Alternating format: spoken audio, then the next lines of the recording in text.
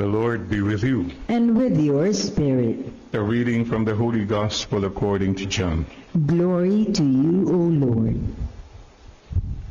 Jesus said to his disciples, "Do not let your hearts be troubled. Have faith in God. Have faith also in me. In my Father's house there are many dwelling places. If there were not, would have I told you that I'm going to prepare a place for you.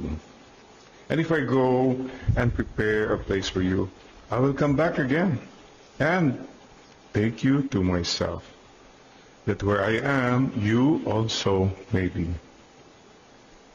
Where I'm going, you know the way." Thomas said to him, "Master, we do not know where you are going. How can we know the way?" Jesus said to him, "I am the way, the truth, and the life. No one comes to the Father except through me." Sisters and brothers, the Gospel of the Lord. Praise to you, Lord Jesus Christ.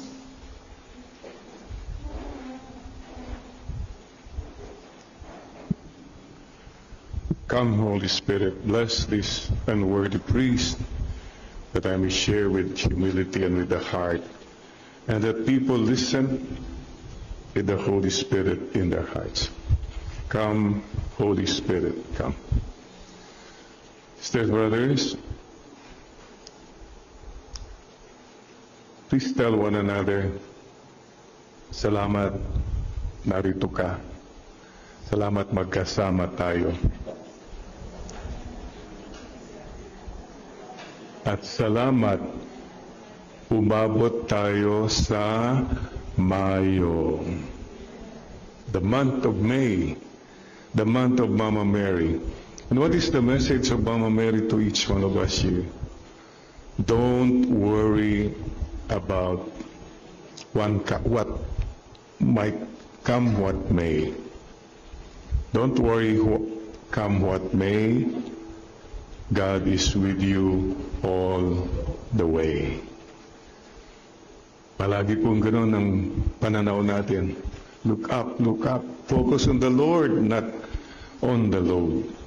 As I look at you, I see some faces na parang may mga issue. Pakitanong mo yung katabi mo, may issue ka ba? Anong issue mo? Well, health issues. May iba sa atin, financial issues. Mga iba sa atin, relationship issues. So whatever your issues, please don't forget. I'd like to share with you a very simple prayer. Remember, I always say, "Jesus, I trust in you. Mama Mary, I love you." Somehow that was incomplete through the years. Finally, last month as I was praying, what completes it is, you end it saying, "Bahala na po kayo." So please bow your head now.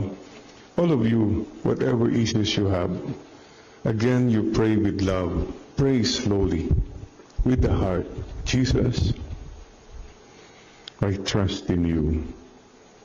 Mama Mary, I love you. Bahala na po kayo. Jesus, I trust in you. Mama Mary, I love you. Bahala na po kayo. Jesus, I trust in you. Mama Mary, I love you. Bahala na po kayo."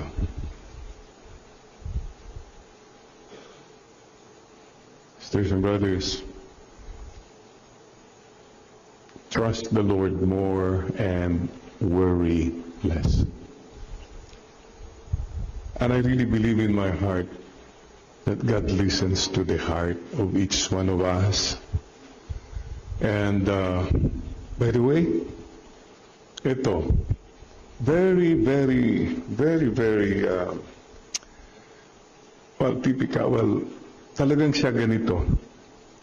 There is a great saint we are honoring today. You know, the greatest saint was not a priest, was not a bishop, was not a pope.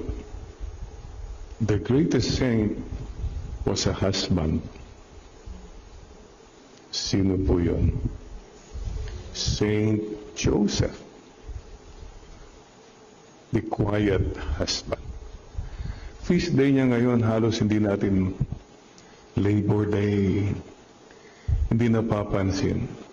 And connected with that, the people who are most neglected in all these things happening in this world are the little ones, the laborers. Sila po, talaga kung sa hirap, mano-mano, they do it. Can you imagine working this time of the year sa init ng panahon? Tayo kung minsan ayaw na natin lumabas sa kwarto kasi mainit. Yung dadaan ka lang doon sa kwarto, hindi na lang mainit. How about those working under the noonday sun? We pray in this Mass for the laborers. And please treat your laborers well.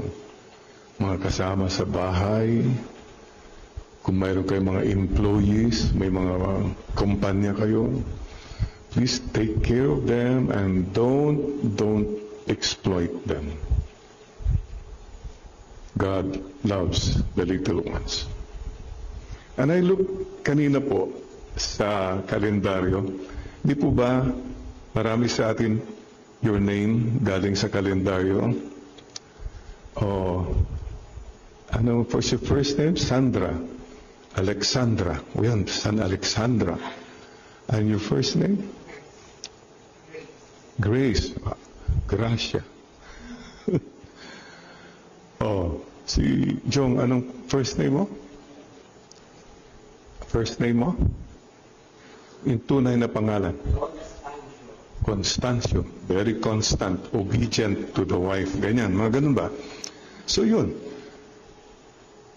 I look at this, ang ganda po, connected with Saint Joseph. Ang saint ngayon ay si San Amador, the one who loves. Ang santa na dinagdag, Santa Pasensya. Ang galing na paalaala.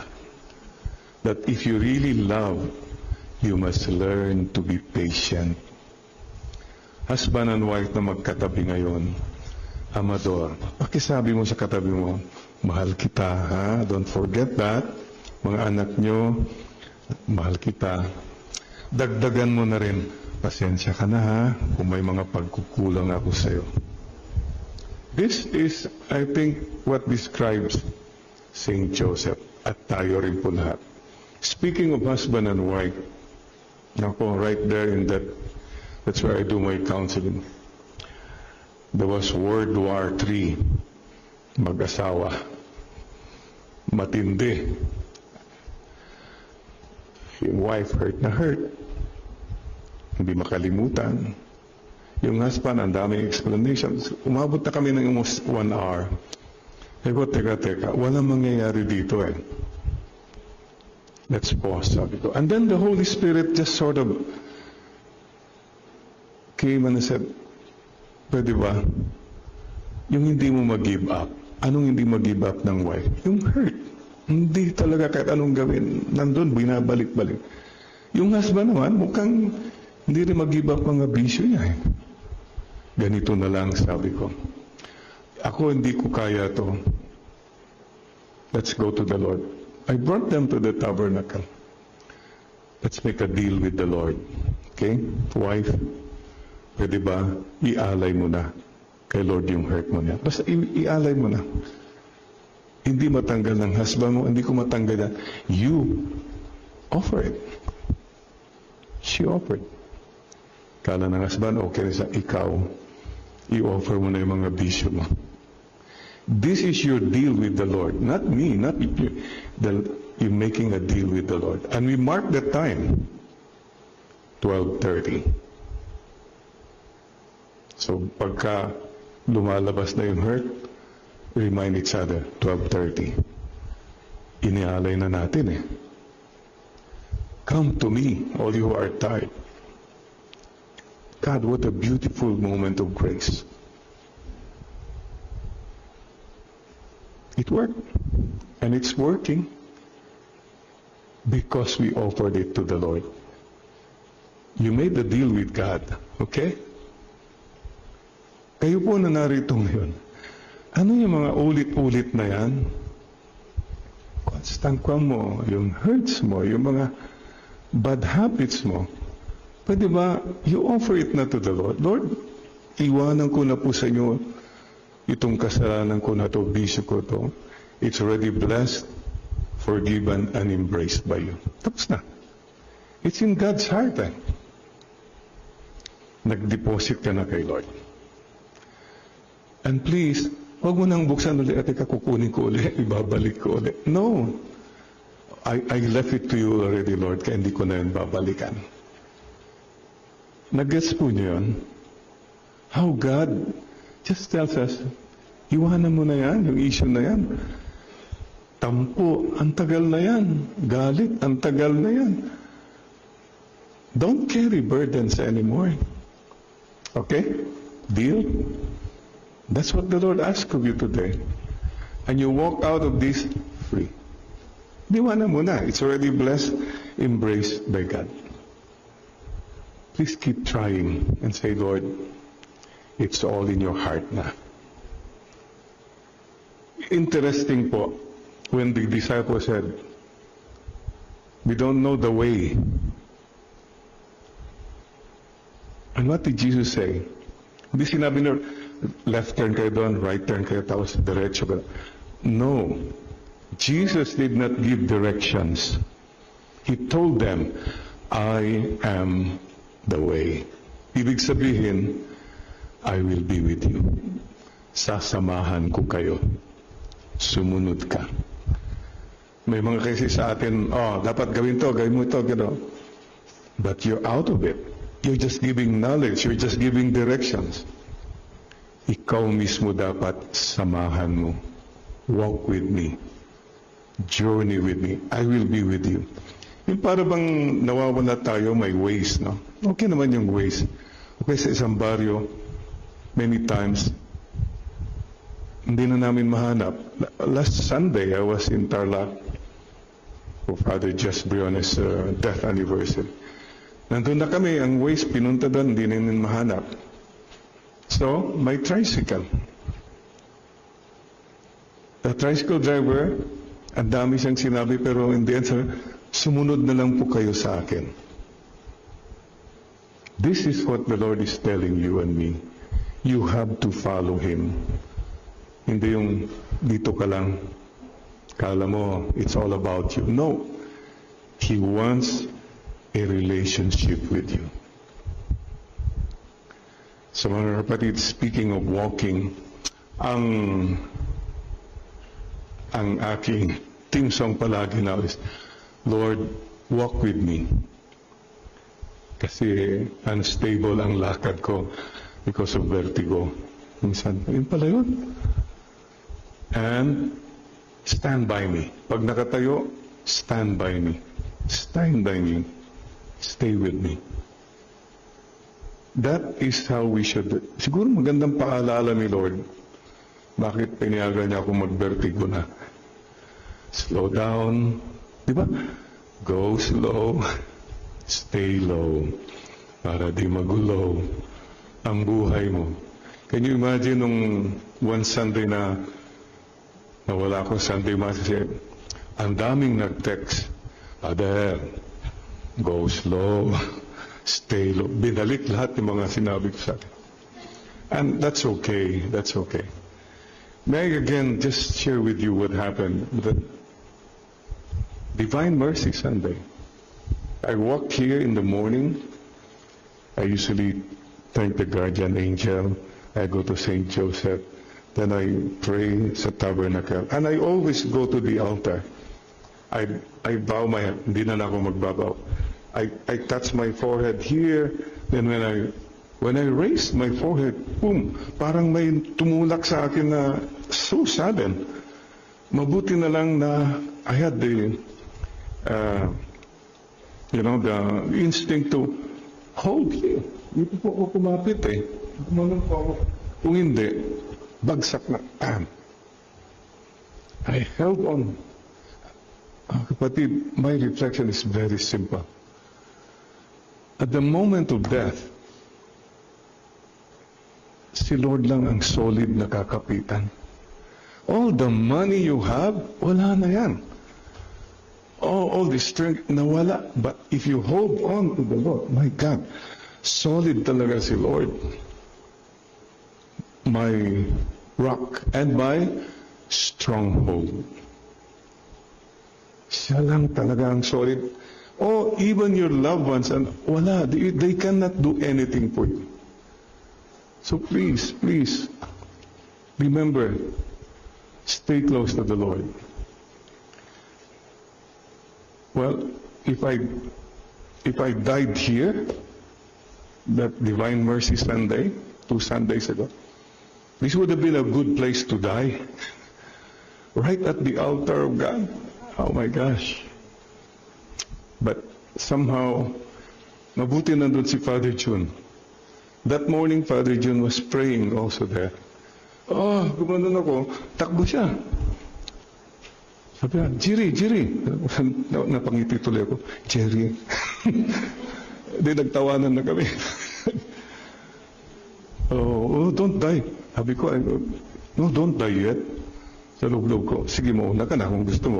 But you know why amidst all those things, there was still that, I don't know, grace to see something beautiful in the most difficult situation. And that's my prayer for you, please. May you see grace of God in whatever you're going through right now. Ang problema kasi, whatever you're going through, you know what the evil one tells you? Focus ka sa hirap mo. Focus ka sa you're focusing on the load. Lord, give me the grace to focus on you, Lord, not on the load. So, well, still alive. May mission pa, siguro. Okay? Just get going. And the other thing too is focus on the Lord. Please don't forget, people have bigger loads than you. That very morning, recovered na ako, I was eating, somehow, happy.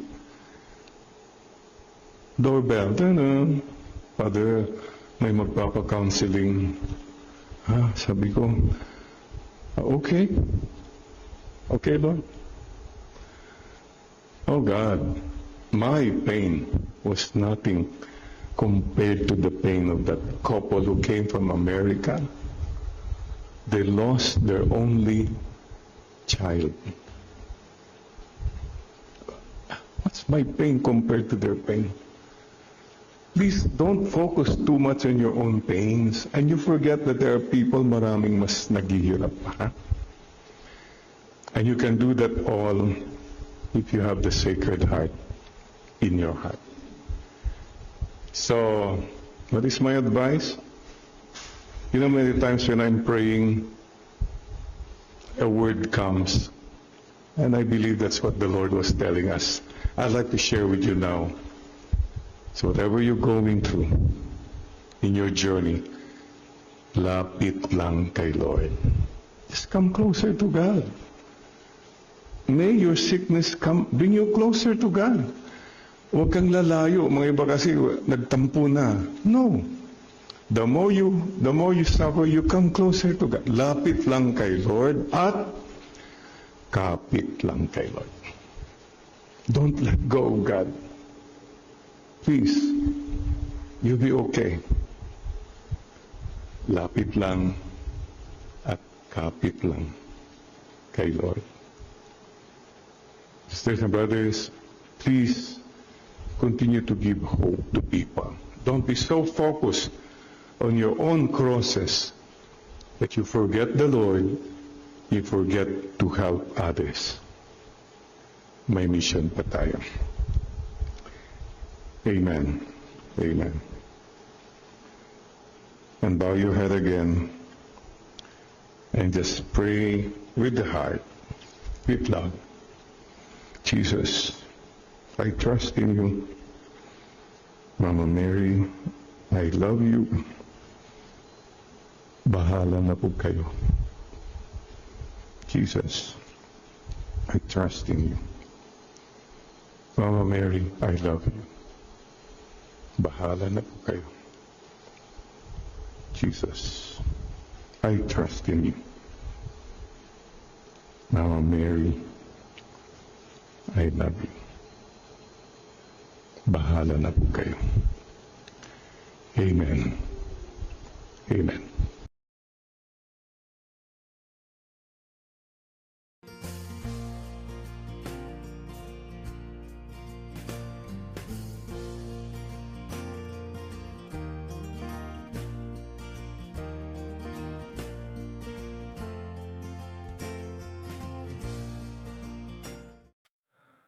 This world is endless, so wide, so far, but somehow I'm still lost in you.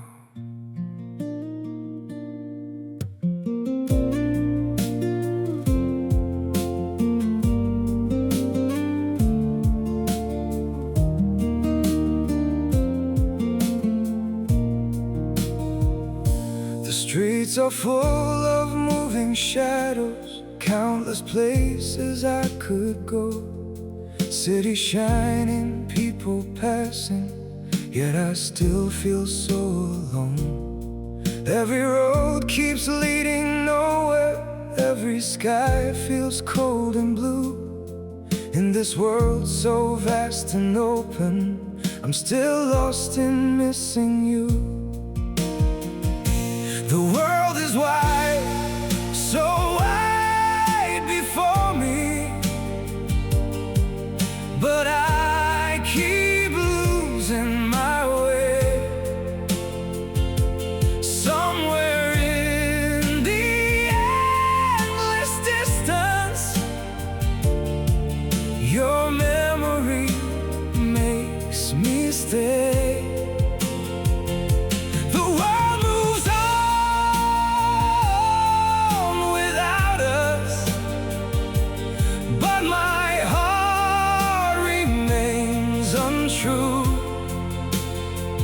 For no matter where these feet may wander, I'm still lost in missing you. I have tried to outrun silence, tried to leave your ghost behind, but your name still echoes softly through the corners of my mind. The world is wide, so wide before me, but I keep losing my way. Somewhere in the endless distance, your memory makes me stay.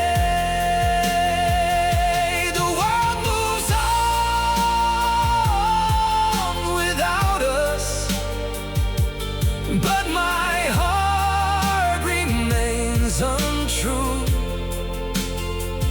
For no matter where these feet may wander, I'm still lost in missing you. Maybe someday I'll stop searching for your face in every crowd, but until that day, this broken heart will keep calling your name out. The world is wide, so wide before me, but I keep losing my way. Somewhere in the endless distance,